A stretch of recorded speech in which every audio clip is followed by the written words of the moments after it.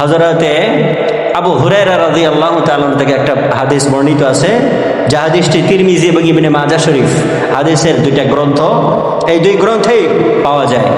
হযরত আবু হুরায়রা রাদিয়াল্লাহু তাআলা থেকে বর্ণিত, রাসূলুল্লাহ সাল্লাল্লাহু আলাইহি ওয়াসাল্লাম বলেছেন, মান লাম ইয়াসআলিল্লাহ ইয়াগযাব আলাইহি, যে ব্যক্তি আল্লাহর কাছে চায় না, আল্লাহ পাক রব্বুল আলামিন তার উপরে রাগান্বিত হয়ে যান। সুবহানাল্লাহ। এই অর্থে একজন কবি, আরবি কবি একটা কবিতা রচনা করেছে।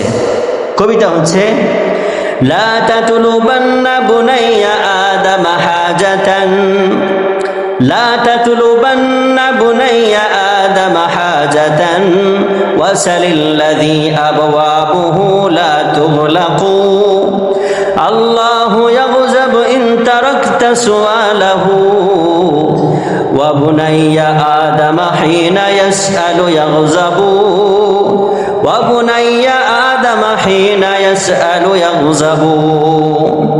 কবি বলতেছেন, লা তাতলুবান্না বুনাইয়া আদম হাজাতান, ও দুনিয়ার মানুষেরা, তোমরা বনি আদমের কাছে কোনো তোমাদের প্রয়োজন তলব করিও না, তোমরা বনি আদমের কাছে কিছু চাইও না। ওয়াসালিল্লাযী আবওয়াবুহু লা তুগলাকু, বরং ওই সত্তার কাছে তোমরা সব সময় চাও, যে সত্তার দরজা কখনো বন্ধ হয় না। সুবহানাল্লাহ পড়েন।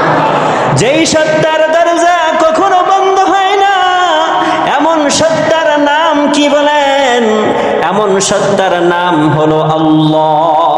কবি বলতেছেন, আল্লাহু ইয়াগযাবু ইন তারাকতা সুআলাহু, আল্লাহ হলেন এমন দাতা, যেই দাতার কাছে যদি চাওয়া না হয়, ওই দাতা তার উপরে রাগান্বিত হয়ে যায়। সুবহানাল্লাহ পড়ে। ওয়া বুনাইয়া আদম হিনা ইয়াসআলু ইয়াগযাবু, আর বনি আদমের খাসলত হলো তখন যখন তার কাছে কিছু চাওয়া হয়, বনি আদম মন খারাপ করে বসে, রাগ করে বসে, আমার কাছে চাইলো কেন?